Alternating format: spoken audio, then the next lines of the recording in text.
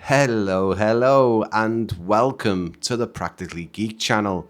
My name is Brian, and in today's video, I'm going to be giving you my first impressions of Microsoft Flight Simulator 2024 in virtual reality using the Pimax Crystal Super. Flight simulation, in my opinion, is already very immersive. The visuals are absolutely stunning, and the massive range of peripherals available to us makes flying an absolute joy and one we keep going back to. I've been lucky in the past to use and own some amazing virtual reality headsets. My first experience inside the VR cockpit was actually using Aerofly FS2, and although not strictly a flight simulator, visually it was impressive at the time. Fast forward a few years and a couple of VR headsets later, I've still not properly experienced the latest flight sims in virtual reality with a dedicated PC VR headset. Until now. Enter the Pimax Crystal Super, a high-end PC VR headset that delivers incredible clarity and immersion thanks to its sharp 3840 by 3840 per eye resolution. Naturally, I was curious to see what the headset can do, especially coming from a Quest 3 using virtual desktop. As mentioned in my Crystal Super unboxing and first impressions video, experiencing my Steam VR library in this headset felt completely different. Everything looks tack sharp and even more immersive. Microsoft Flight Simulator 2024 is no exception. Coming from a Meta Quest 3, which to be fair is an impressive VR headset, I'm immediately blown away by how clear the image is. So I've jumped into the 172 in the good old Steam gauge version, the classic version, and you would have noticed a difference in the microphone quality. That is actually the built-in microphone of the Pimax Crystal Super.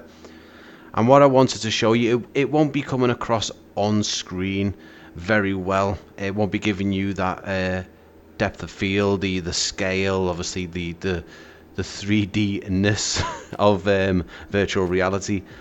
But this is the reason for the video. Mostly my reasons for creating this video was to give you my impressions of Microsoft Flight Simulator 2024 in virtual reality. How everything feels, well, like you're sitting in a actual cockpit.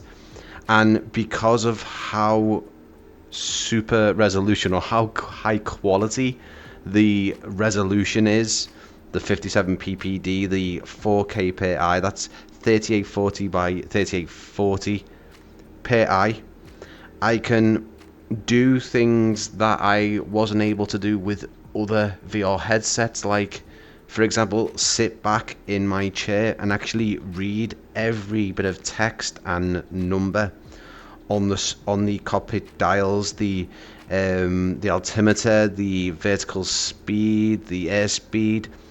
I can see all those numbers as clear as I would if I get really close. And again, when I get close, it's fantastic. But I can sit back in the chair and I can see everything. I can see the tablet, can see what it says on the screens very, very clearly.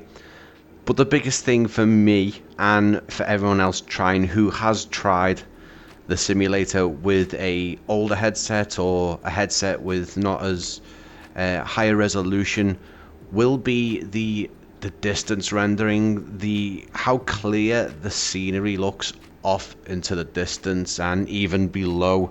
Right now I'm flying over New Brighton, near Liverpool, over the Wirral, Birkenhead, and because this is also a really good area for photogrammetry coverage, everything looks so realistic. The trees below, and I'm only running the VR settings in medium. There's a couple of things turned up, but let me put it this way, on screen right now, because of the 4K per eye, it is very, very crisp. It is like having a 4K monitor in front of me. I'm not over exaggerating. That's how far we've come with the clarity of these headsets. So just beside me on my right, I do have a Stream Deck now. Because some of the key bindings change in VR mode, like movement around the cockpit. That's the same for all aircrafts, even if you're in a Airbus A320, a fighter jet, or a 172 like this. And because I can kind of feel my way to the Stream Deck, and then I can activate things like the toolbar and take it away. So I can have the toolbar come up in my vision, or my peripheral vision, just off to the top of the screen. And then I can also move the camera about. And it's a bit weird because obviously I'm not moving, but it allows me to do things like sit in the back. But in terms of performance, absolutely fantastic. There's areas of the Earth, of course, that are a bit more demanding, and I will see a bit of drop in performance. But most of the time, in fact, I would say 99.9% of the time, I would say every time I'm on the ground, it doesn't matter how densely populated or how detailed the airport is, I find performance to be not the greatest because I haven't really spent time optimizing my VR settings. I'm going to be totally honest there. That's another big thing in VR. I think you will find, if you ever get the opportunity of trying virtual reality, is that your landings may feel like you're getting them down on the ground a bit better, lining them up a bit better, hitting that center line and hitting the landing zone. You will find that you do it a lot more often than not, because you just have that, obviously, that depth perception and that sort of, I don't know what it is, but you feel like you can get your wheels down on the ground a lot more accurately. It's fantastic. And if you do a lot of flying around different areas around the Earth on Microsoft Flight Simulator 2024, you'll know that there are hundreds of thousands of locations that are rendered and represented really, really well. This is Death Valley in California, and it's incredible to see on a flat screen for sure. It looks so good, but when you're in VR, the sense of scale is truly amazing. Look at this view. Another fantastic location is actually Los Angeles. Now, this is a massive, massive area of photogrammetry. So, in terms of performance, yeah, you might see a bit of a hit, but for me right now, I'm running on a 4070 Ti Super i7 14700K, and it's perfectly fine. If you do the right little adjustments in the Pimax Play software, you will get a usable VR experience. And the reason why I'm using the 172 for most of these clips, in fact pretty much all the clips, is because of the overwing design. It's quite easy to look down and see the buildings, the scenery below you. If you look off over to the distance there, you'll see LAX. And this is what I was saying about the distance rendering. Other VR headsets, or at least older VR headsets, I'm talking the Quest 3 using Virtual Desktop, the Quest 2, even the Valve Index and HTC Vive Pro, you're not going to get a really nice detailed image. Everything's going to become really blurry and hard to make out, except for your things that are close up, like the aircraft exterior and interior. But like I said before, the interior detailing is just the sticker with the values on it over there. I can sit back, and my eyesight's not the best actually. I think it's gone a lot worse, but I can make out some of the numbers, 26, 89. It is honestly that clear. You can also, I've noticed when I was in the Vision Jet, sit in the back in the cabin and actually look over and see everything clearly. The numbers on the screens, the letters, the map. It's unbelievable. It really, really is. In my opinion, the Pimax Crystal Super is definitely the simmer's headset. Aircraft cockpits are rendered with exact detail. It's incredible to see each dial and screen and piece of text displayed in such high resolution.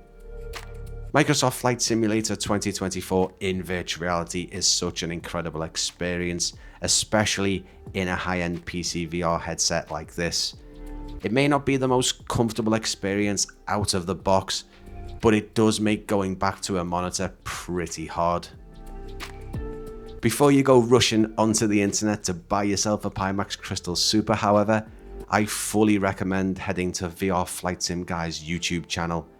His massive library of virtual reality content is brilliant, especially his catalogue of VR guide settings, which I've used recently to fine-tune my own experience.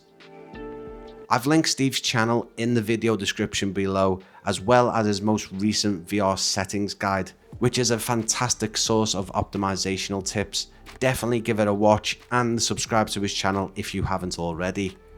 If you are interested in purchasing the Pimax Crystal Super or Crystal Lite, Pimax are running their Black Friday deals till November 30th with amazing offers like 60 free Simverse credits for Microsoft Flight Simulator 2024 when you order a Crystal Super or Crystal Lite headset.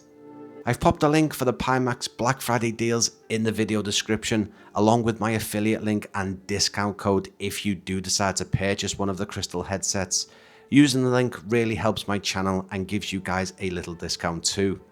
If you have enjoyed this video, please leave a massive like and consider subscribing to the channel for more virtual reality content just like this. Thank you so much for watching, and I will see you again very soon.